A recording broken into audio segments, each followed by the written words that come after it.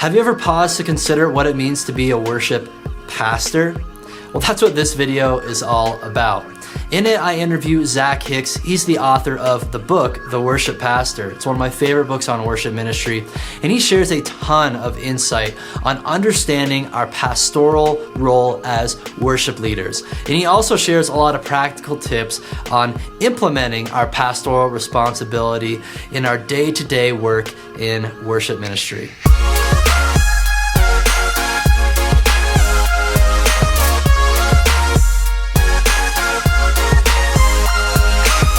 This video is brought to you by Lead Worship with Ableton, a free training to help you get started with the #1 worship leading software. With Ableton Live, you can run a click, backing tracks, and automate lyrics and lighting. It's the best tool for increasing excellence and eliminating distracting mistakes in worship. Click the link in the description to enroll in the free training today. My name is Jake Goslin with churchfront.com, an online resource for innovative and creative church leaders. Make sure you subscribe to the channel and hit the notification bell so you can receive all of our latest content to help you grow yourself and grow your church. Be sure to check out the show notes below this video for some free resources and helpful tools for your worship ministry. Did you know I have a podcast? I've included a link to this session of the podcast where I interview Zach Hicks, so if you want to listen to it on the go rather than watch this video, you can subscribe to my podcast and just download it to your favorite podcast player. So without further ado, I'm excited to share with you my interview with Zach Hicks, the author of The Worship Pastor. Zach Hicks, welcome to the Churchfront podcast. Hey, thanks for having me. I'm really glad to be here. So tell us about where you're currently serving in ministry and just describe your role, what your day-to-day looks like. I live in Birmingham, Alabama. I serve a downtown church that's been here for well over 100 years. It was kind of founded with the city right in the middle of things. It's called Cathedral Church of the Advent. It's an Episcopal church. I'm an ordained Presbyterian minister serving in this kind of Reformation Anglican environment, and so it's complicated, but really good. It's a gospel-centered church that really believes in preaching that gospel and proclaiming it in our worship service, kind of through every means: sermon, sacrament, song, prayers, all those kinds of things. The worship environment is prayer book oriented, and so we worship through and utilize the Book of Common Prayer. Our music is diverse depending on the service that one might go to. On the morning, it's kind of English cathedral style. We've got a choir and an organ, and they just sound fabulous. They do a great job of leading us musically. And I take more of a pastoral role, or classically pastoral role of helping to lead the liturgy in that environment. And then Sunday evenings at 5 o'clock, and soon to be on Sunday mornings as well, I lead our kind of, quote, contemporary liturgical service, which is prayer book oriented as well, but the music we employ is kind of based on the hymn tradition and some modern worship stuff, and then just some of the great liturgical music that's out there now. So it's all over the map kind of stylistically, which is my cup of tea for sure. So, our church has about 1,000 people that will attend on a Sunday in these various services, never any one because our building's not suited to have that many folks. And we really have a kind of vital call to the downtown community as it experiences the kind of complex revitalization that happens with cities in our era. And we've been positioned here, so we're trying to make disciples where God's placed us, and I'm trying to figure out how to be a faithful worship pastor in the midst of all that. I've been here for about 2 years. I have a wife and 4 kids, and we've lived all over the place and served all kinds of churches, and just very grateful to be in the vocational ministry where God's called me. It sounds like you've taken a journey down the Canterbury Trail in a sense, or maybe, and you kind of explained because you're an ordained Presbyterian, and now you serve at an Episcopal church. I myself was served in Anglican church for a couple years during seminary, so I can kind of like relate to that type of tradition. But maybe for the folks like who don't know a whole lot about the Episcopal church or Anglicanism in general, maybe just unpack your journey just a bit, and if it's complicated, it doesn't have to be super long, but maybe just kind of just kind of explain to us what that was like going from maybe your more typical what one could say like evangelical modern worship setting to the Episcopal Church. Yeah, I can imagine that some folks, especially with sort of what's in the news or in the blogosphere or just the general reputation of the Episcopal Church, which I totally understand, would be like, who is this guy and what is he doing here? Because the Episcopal Church, it really is a complex place, and chances are if you were to walk into an Episcopal church in your local town, you wouldn't find a church like ours at the Advent. But taking a step back, I grew up in a wonderful kind of Bible-believing evangelical Southern Baptist tradition in Hawaii, of all places. But really just had a wonderful upbringing that taught me to love the Lord, to read the scriptures, to submit myself to its authority, and to listen for the voice of God in my life, learn how to relate to Him, talk to Him, and taught me the gospel, Jesus Christ, who died for me and who lived for me and rose for me. When I went to college, I started studying the Bible a little bit more, and because of my music education and classical music, it actually took me down a road, because if you study kind of Western classical music, honestly, you're also studying church history for the first several hundred years especially. And so I started, for the first time, listening to the tradition of the church via its music. Via music history, and that got me sort of exposed to a wider section of the holy universal, holy small c Catholic Church I'd never really been exposed to before, just in general and growing up.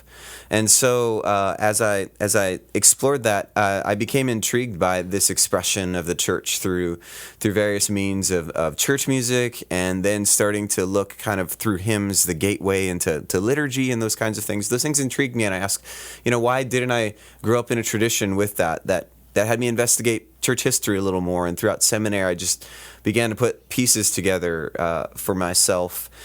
At the same time, as I was reading the scriptures, I just was coming under more convictions about the Reformed outlook on the scriptures and its understanding of what the scriptures say, and the Reformation outlook in general. All those things led me into being ordained in the Presbyterian tradition. I'm ordained in the Evangelical Presbyterian Church, and there's a big presence of the EPC in Denver, so that was kind of a natural fit for me in some of the local churches that I was being called into.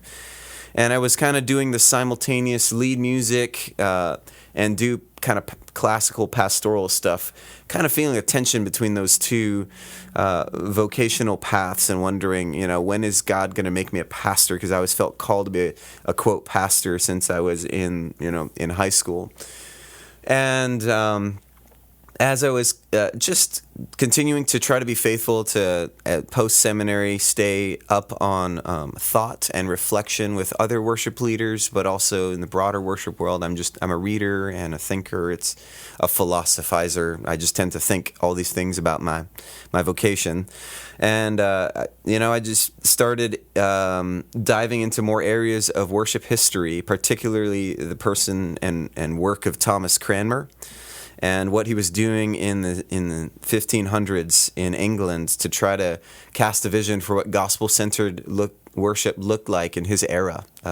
As he was forming the Book of Common Prayer, he really had a vision that I found captivating, and I thought, gosh, a lot of these things could translate really well to what we do today, albeit in a different manner. But I think that Cranmer was a good contextual liturgizer. He was a guy that was thinking about, how do I make the untime-bound gospel articulated for our time and place in a way that makes sense to our folks via the shape and the content of worship. And so I really started in my doctoral work, which I'm continuing to do now, investigate his work in applying things like the doctrine of justification by faith alone to the worship service, to making Christ-centeredness a reality, figuring out what that means from everything from the structure of a service to the kinds of prayer to the way we talk to God and sing to God.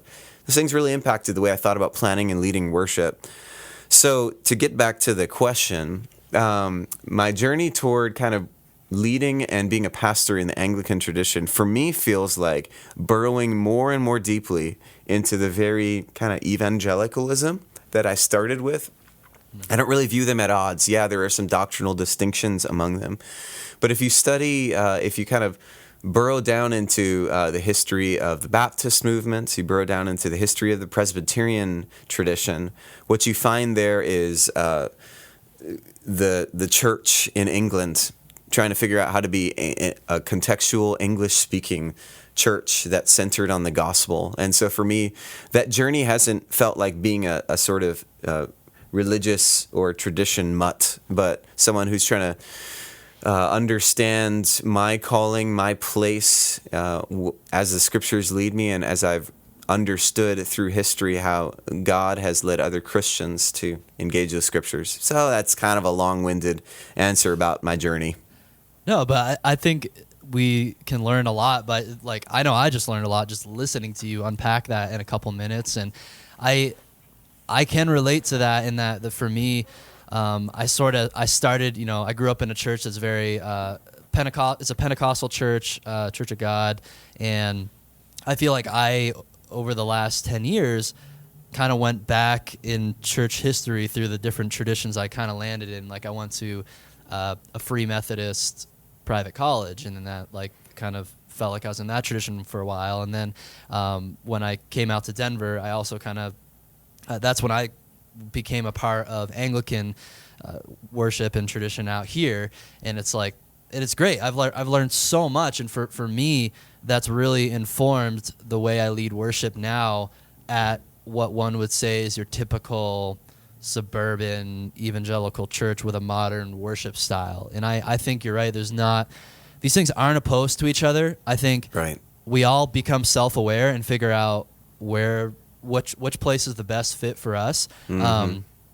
But we have to still look at okay, for me as a worship leader in a more modern setting, okay, what are the truths and the great practices within the Book of Common Prayer that I can apply to my worship leading, even when I'm just singing Hillsong, Bethel, Elevation, and in the things that I do and say and pray in between those songs. How can I allow church tradition to inform that and help hopefully make it just a more edifying experience for everyone? So that's why I just personally, this is I feel like this is a pretty significant part of my own story, and that's why I was excited to have you on the podcast, because you are a thought leader in this area, especially just helping worship leaders just become more critical thinkers in what it means to be a worship leader, but more importantly, worship pastors.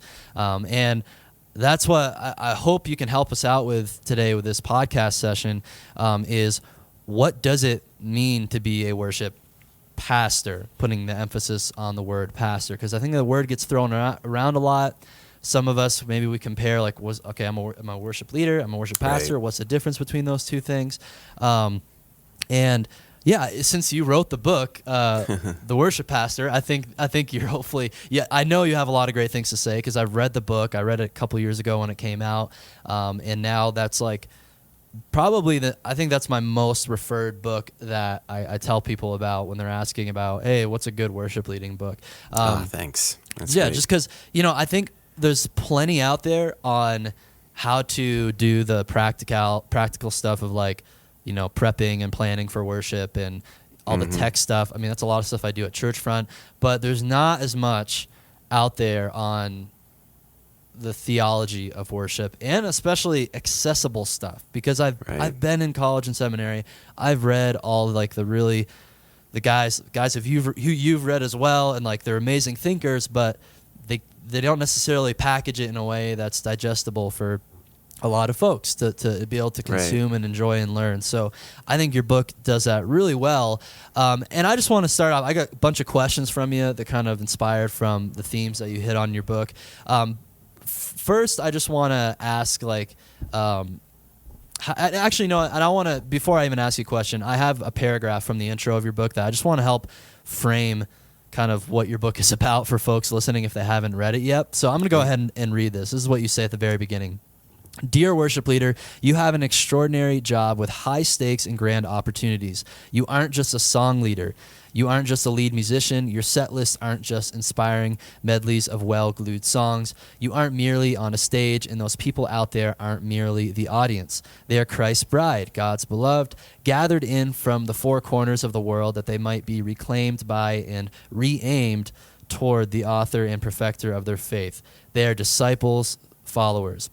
What you do and how you lead have a direct and formative impact on their journey of faith. Whether you know it or not, you are pastoring them. So I love that paragraph because it's just like, starting your book off with a bang there, and I feel like there's so much great stuff just packed in there. So whether we know it or not, if we're leading worship, we're pastoring people.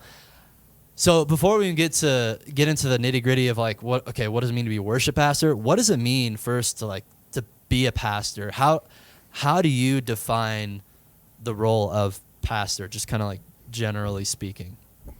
Yeah, I mean, pastor kind of classically, there's a kind of old English phrase used that a pastor is one who has a cure of souls. Like a cure is a curacy, an oversight, someone who has a care for others and is uniquely kind of called out for that role. And I might even say here, I've gotten some heat from some sectors because pastor can be a very specific word in some denominations because, of its understandably biblical connections to the biblical ideas of elder and overseer and things like that. And therefore, some people are kind of sometimes hung up on the term.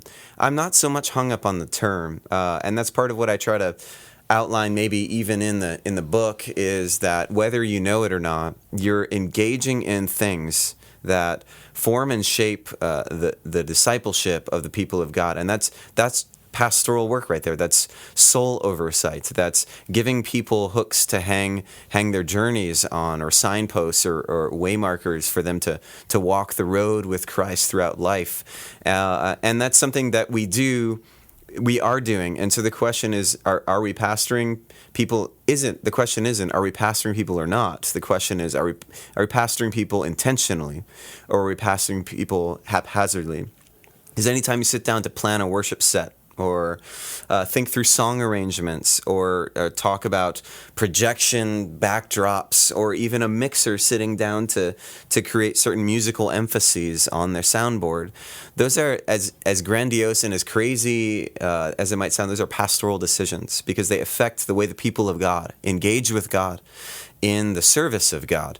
And so for all those reasons and more, our little decisions and big decisions serve to shape and form the journeys of the people of God. And for that reason, it's inherently pastoral, whether we think that way or not. And kind of the question is, are we going to wake up to it in our modern day and in the way our churches are structured, to the reality that worship leaders now hold a significant set of pastoral keys in their local churches? We could talk about the history that has got us to this place, where worship leaders are kind of have the keys in their hand and are unaware that they have the keys in their hand.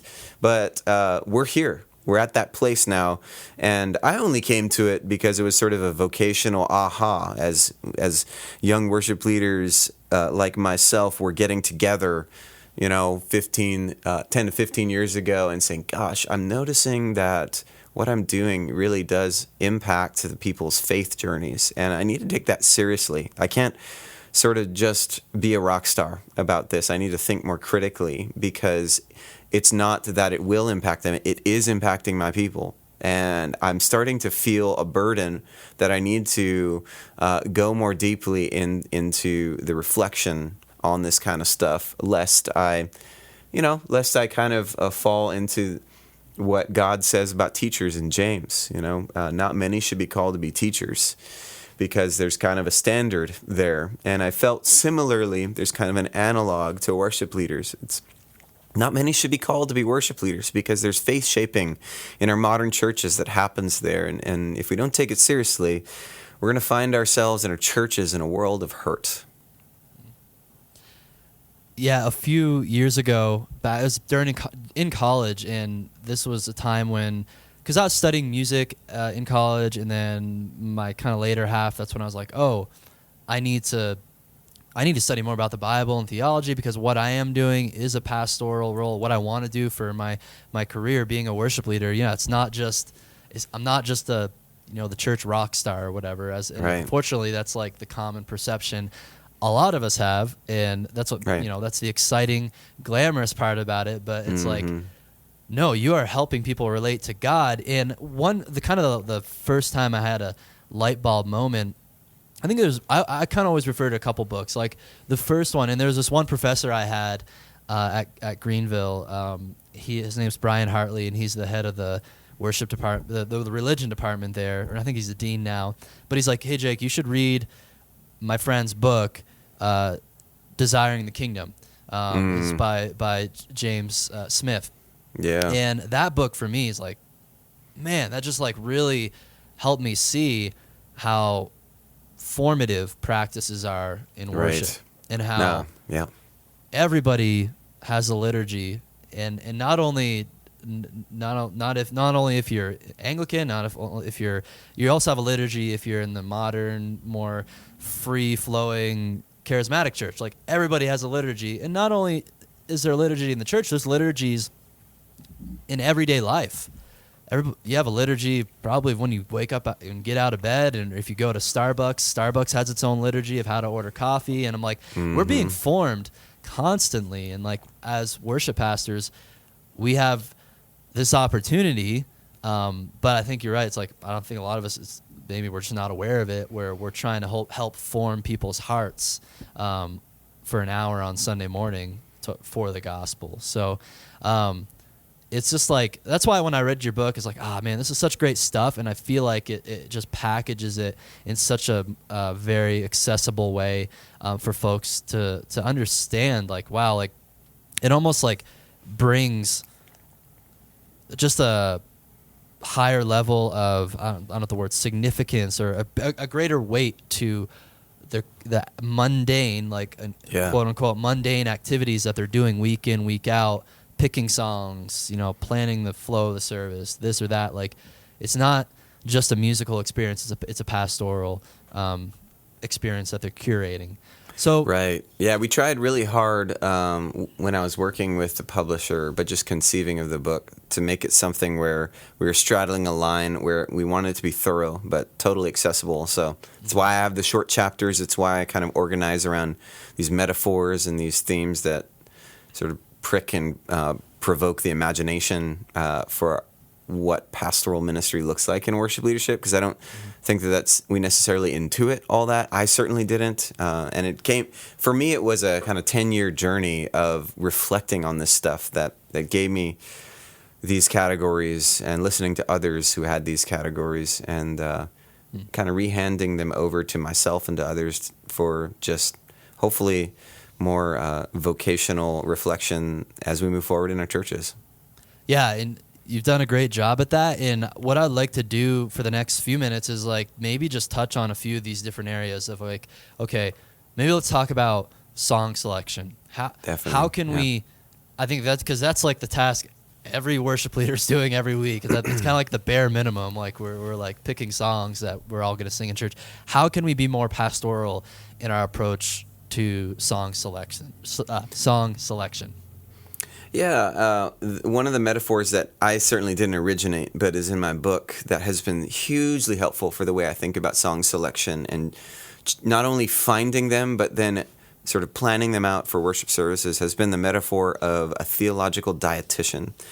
A dietitian doesn't only think about the ingredients of one meal, or doesn't only think about just a week's worth of meals. They think about, how do I help my client get to a place of health in the matter of 6 months or a year, when they, when they've been eating unhealthily for so long.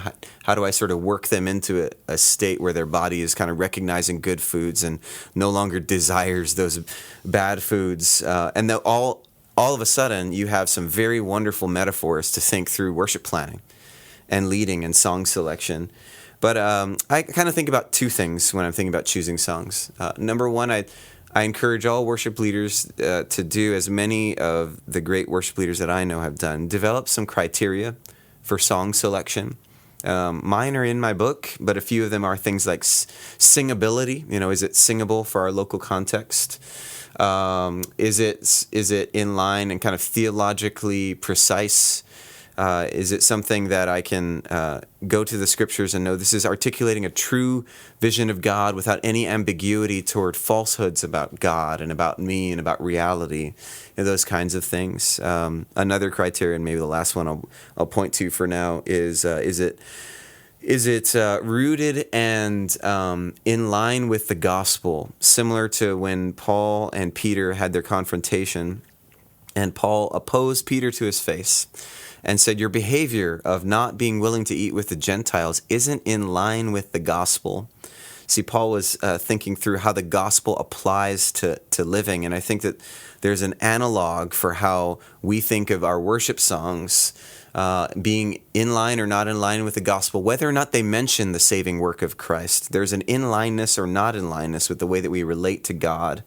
And I think actually a big sort of thing that we can ask nowadays is, do these songs encourage me to approach God on my own volition and merit and strength? Or do these songs have me talking to a God in a way that makes me realize I'm coming to Him only through the merits and mediation of Jesus Christ? Is there kind of a pride in myself or a lifting myself up by my own bootstraps in the way I'm talking to God right now? Or is there Christ's sort of centered and Christ through aspect to the way that these songs are? So those are like song selection, I think, through criteria. But then I think as a dietitian, like alongside Planning Center, where it's the weekly grind, I have what I call my long-range planner, where I can it's a Google Doc where I have several weeks, and it's very bare bones, but I've got each week listed out, and I've got some general song ideas. That way I can kind of jump to it every couple weeks as I plan a week's worship service and see the kinds of songs that I have led. And ask the question, over the course of months or a year, am I giving songs that mirror the breadth of the kinds of prayer language that the Psalms offer us? I think the Psalms are a great criteria. So, am I giving people in the proper weights and in the proper sort of theological angles that the Psalms do? And that's always a good and probing question, because I realize, gosh, I've waited a lot on songs about joy and celebration, or I've waited a lot about songs of confession, or kind of songs about our intimate relationship with God, and I haven't spent a lot of time on God's transcendence, His holiness, His otherness, and realizing that there's all these polarities in worship that I need to straddle that the Psalms bring up. And you think like a dietitian. You think, how do I give people a well-rounded diet for all these kinds of expressions for who God is and what He's done for us? So long range and criteria for song selection is how I think about that. Another very practical aspect of worship ministry a lot of us need to do on a weekly basis is leading our congregations in some sort of maybe prayer or time of reflection or something like that during the service. Might be in between songs or after a set. And I think it can cause a lot of worship leaders anxiety. I know it has for me, especially in the past, but I think, and as a result, we've all prayed the kinds of prayers that end up on the Babylon Bee mocking us, right? Exactly. Yeah. Babylon Bee is lots of fodder because of worship leaders' poorly thought out prayers or just spontaneous flubs, So. Oh my gosh, yeah. I feel like probably like half of their page views on that website come from worship leading articles. Yeah, I'm like, that sounds like me. I stand accused and convicted. So Lord have mercy. How do we make it harder for the Babylon Bee to pick on us? And in terms of, when we pray, how do we do it so confidently, but also coherently and in a way that edifies and pastors the congregation? How do we approach this? I think one of the best ways, and this would go back even a practice that I just think is good for worship leaders in general, that would go back to the previous thing said as well, would be to regularly steep yourself in reading and meditating on Scripture, and particularly the Psalms. Luther called the Psalms the Little Bible, because in a way the Psalms are all of Scripture prayed back to God. Calvin called the Psalms an anatomy of all the parts of the soul. And as we pray out loud, even I might not only pray them, but open up your Psalms and pray them out loud to God. Let them be on your tongue in the way that you talk. What I find is that meditation and praying of the Psalms, when you do it faithfully and ongoingly, starts to leak into and shape the way that you pray publicly. And it gives you a language. It's like learning a new tongue. It's like, I need to go to a foreign country and I need to learn a new language. So I'm going to start speaking and talking to, and interacting in that language. And that's what the Psalms do, is they give us the proper prayer language for the way to relate to God. So that when we're in those moments of spirit-filled spontaneity and we're praying before the people, we don't just sort of fall back on our cliches because we're a little nervous or say, sometimes theologically erroneous things or just unhelpful things, or fall back on the same sort of language that we always use. We find ourselves rich and ready. Another practice would be, especially if you're planning a service and you kind of know, it's likely that I'll pray between this song and this song. It might be good to spend some time exegeting the song before and the song after, because if you're thinking like a good, actually charismatic worship leader, you're thinking about flow. You're thinking about what does it look like to pray to God and to transition between the themes and the orientation toward God of this song, and move towards the themes and orientation of God towards this song. And I often find that my prayers serve as that transitional moment. And the question is, am I going to shepherd people along that emotional and theological path faithfully by thinking through what we've just sung and what we're about to sing? And how does that prayer get us from A to B? Yeah, there's so much good stuff we can share with a congregation by simply helping them open their eyes to what they're actually singing about. Because I think as worship leaders, we think so much about these songs because we're planning them, prepping them, memorizing them, and it's like, for the congregation, it's like they're just seeing it for 3 minutes on Sunday. It's their one shot. It flies by, and of course with repetition, hopefully it becomes more familiar for them. But especially newer stuff, and that's such a and maybe this is a way to kind of help with one of the downsides of modern worship is that there's we need new songs every week, Yeah, and the it's constant inundation of the new, right? There's so much new, and I think to an extent it's don't necessarily introduce all new songs all the time. Maybe have a song limit per month of 1 or 2 new ones per month. But when you do introduce them, unpack it a little bit. Maybe you'll have to do that. Maybe you'll have to do that both, week 1, 2, and 3 a little bit, just to kind of hit everybody who's actually showed up on the Sunday to hear it. So, but there's so much rich stuff that can come out of there, and of course, making sure the songs you have picked in the first place, they match that criteria of, hopefully if you have good criteria, you're gonna have great songs, which then translates into great stuff to exegete and share from those songs. So, the another question I have, this is kind of thinking, I guess, on how worship fits into the overall purpose of the church. There's kind of different areas of activity of the church. So we have worship, we have discipleship, and we have mission. How does it worship, and that's maybe the most simplistic way of putting it. Sure. Of those 3 things, how does worship relate to discipleship and mission? Because if you're thinking pastorally, we do want to see people become, more devoted disciples and followers of Christ, and also ones who are on mission, who are obedient to that.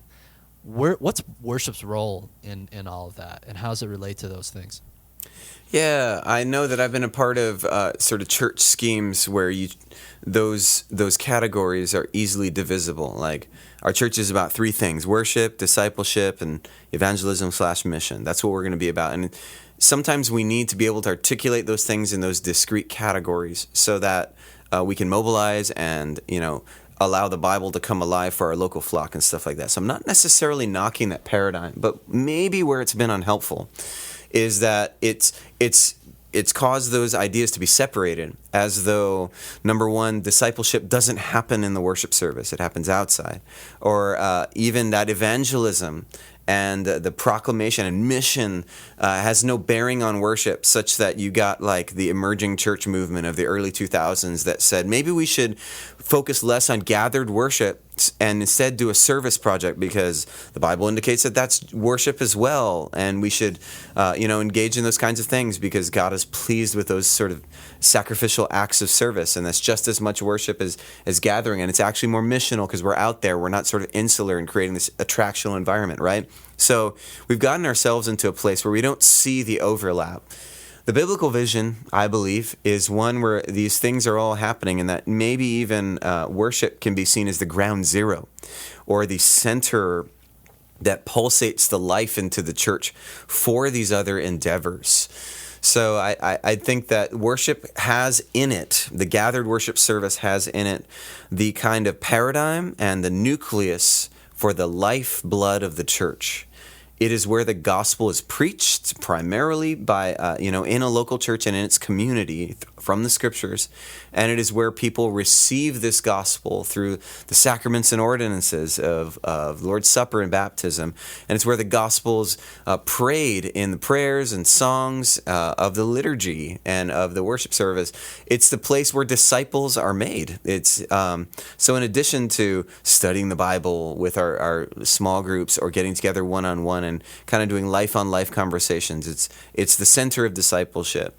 I think also it's helpful in my book. I don't know what page it is, but it's in my chapter on the worship pastor's missionary. There's a kind of helpful picture of a human body, and the relationship between worship and mission can be likened to the circulatory system of the body. You know, if the body is representative of the world, the circulatory system is the church itself, and the components of the circulatory system are the heart and the veins and arteries. The heart is worship. The veins and arteries is mission. So worship, this heart, pulsates the oxygenated blood out, and it gathers the blood back in. So it's kind of the motor. And then the veins and arteries go out to the world and give it the oxygenated life, and then gather more life back to the heart, for recirculation. And so there's kind of this symbiotic relationship, or they mutually give life to one another, worship and mission. I don't know that they need to be pitted, just in the way where you can't imagine a heart without veins, nor can you imagine veins without a heart. In fact, they wouldn't work without one another. They wouldn't be complete without one another.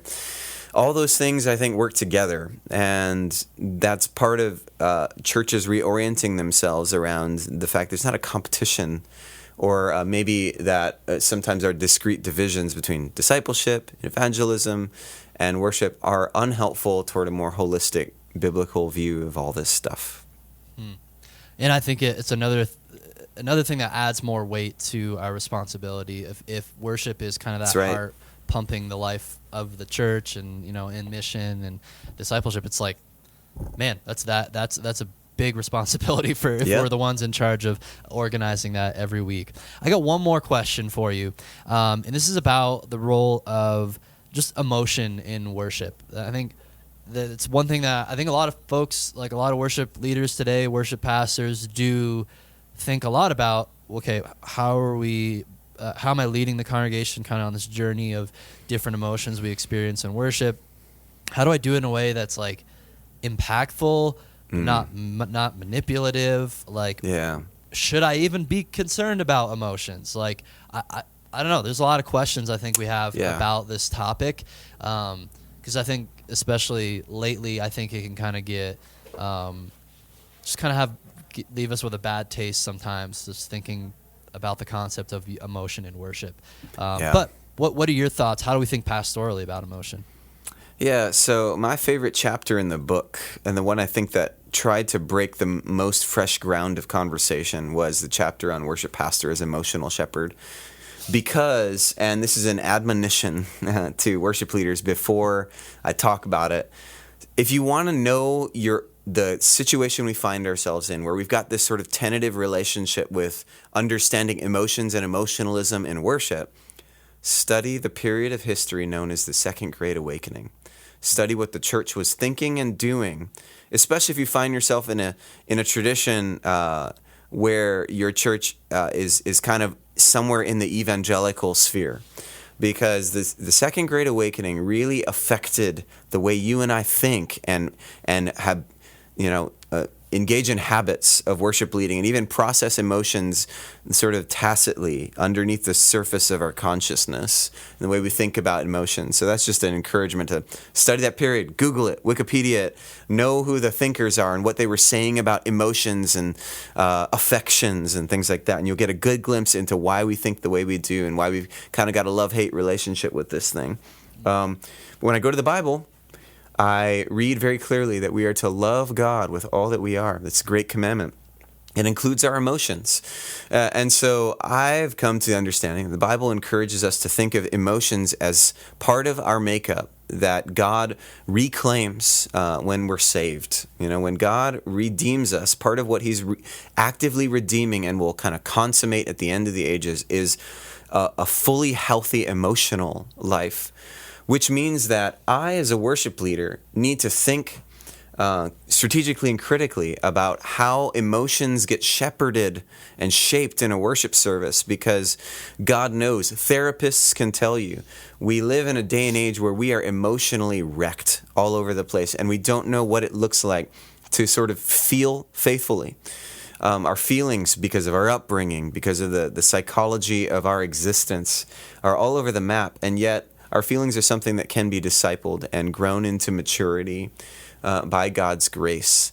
And I think some of that is modeled, mirrored, and appropriated in a worship service, which means that we straddle a line. We don't think manipulatively about the tools that we have, the affective tools like music, which is incredibly emotionally charged, right?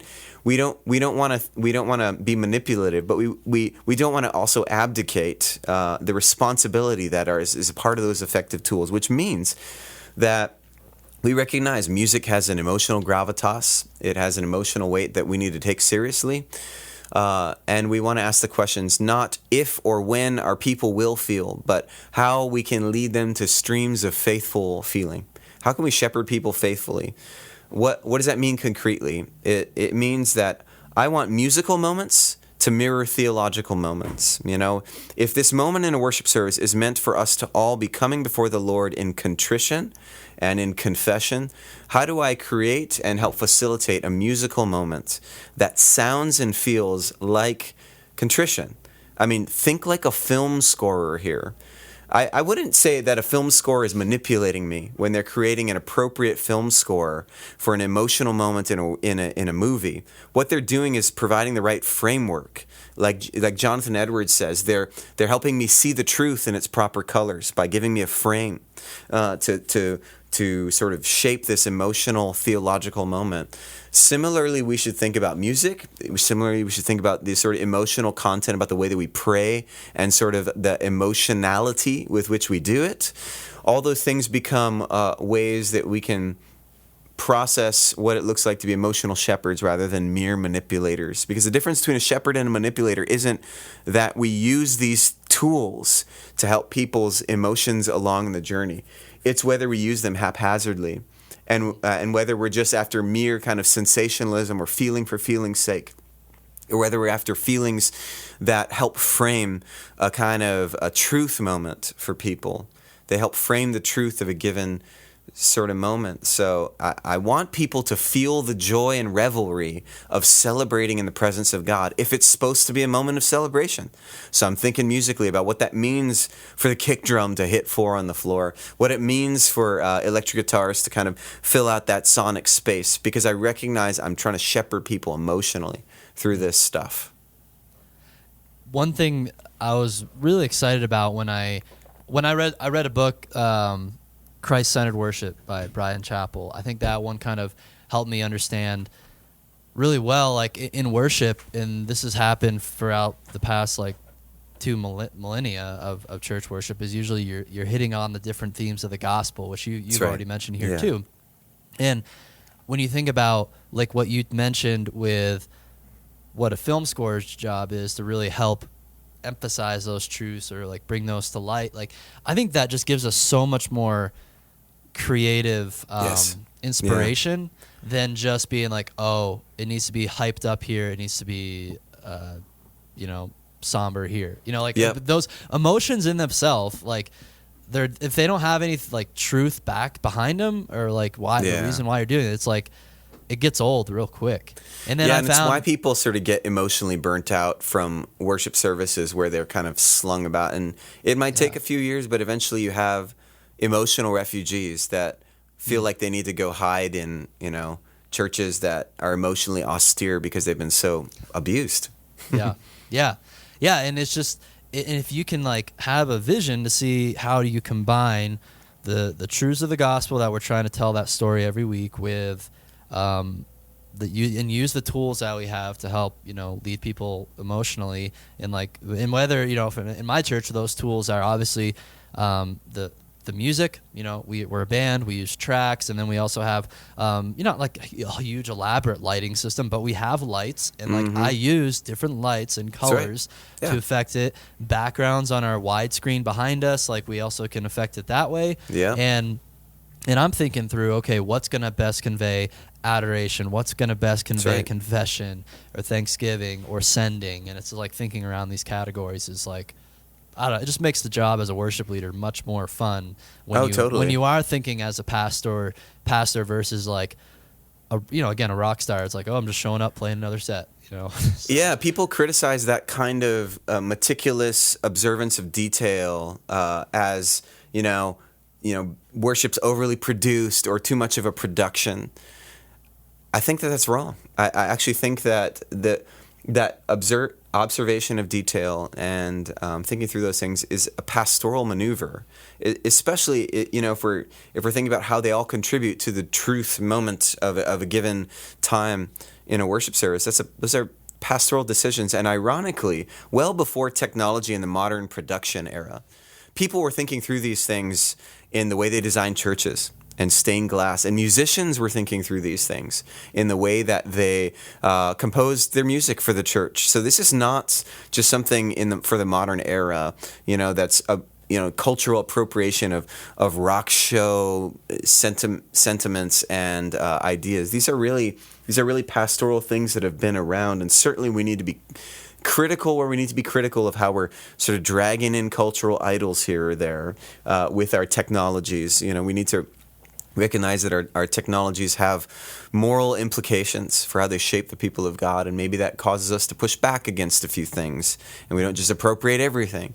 But nevertheless, I think that the attention to all that stuff is incredibly pastoral, and so I applaud everybody who would think that way about slide backdrops and lighting and all those various features that are part of the accoutrements of a worship service.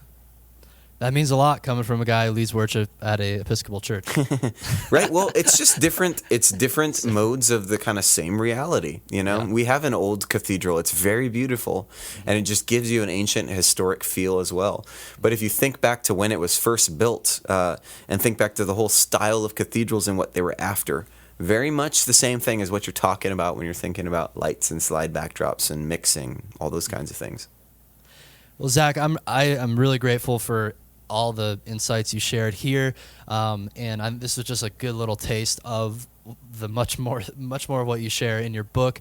So where's the best place for people to go now if they want to learn more about this stuff? Yeah, I mean, I'd encourage people to just kind of check out my website. I haven't posted any blog posts recently. I'm kind of burnt out on that stuff. But there's a lot written there over the last few years. And certainly grab my book off Amazon or any other online retailer. I'd encourage you, especially if you're part of a worship team, to read through chapters together. Maybe not all of them. Maybe you go over the course of a year reading a chapter a week or something like that. And allow those things to become contextual for you. Read a chapter and decide what parts of it are valuable for you, what God's really sort of impressing on your heart is where you need to focus, or just look through the table of contents and see, oh, this one jumps out at me. This is something that I really need. My book was designed for people to jump in and jump out.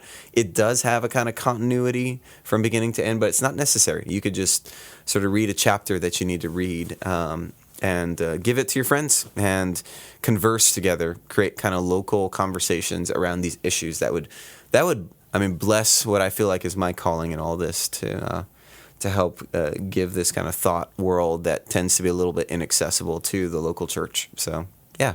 Yeah, you're definitely helping a lot of folks. You helped me, and looking at the reviews of this book, you've helped a lot of other folks too. So I'll include a link to the book in the description of the podcast, as well as the YouTube video if you're watching this on YouTube. Thank you so much, Zach. Just keep up the great work, man. Appreciate what you're doing for worship ministries around the globe. Thank you so much. Been a pleasure talking with you. I hope you enjoyed my interview with Zach. Go ahead, click the link in the description of this video that links you to the book, The Worship Pastor. Download it on your Kindle or order a copy of the book today. You will not regret going through it. It is my #1 most recommended book on worship ministry. I'm telling worship leaders all the time, download this book. It's going to give you so much more clarity on what your calling entails and how you can continue to grow in the pastoral responsibility as a worship leader. If you found this video helpful, hit the thumbs up button, share it with your other friends and ministry. You can watch some related videos over here. Don't forget to subscribe to the Churchfront channel so you can continue to receive all of our latest content to help you grow yourself and grow your church.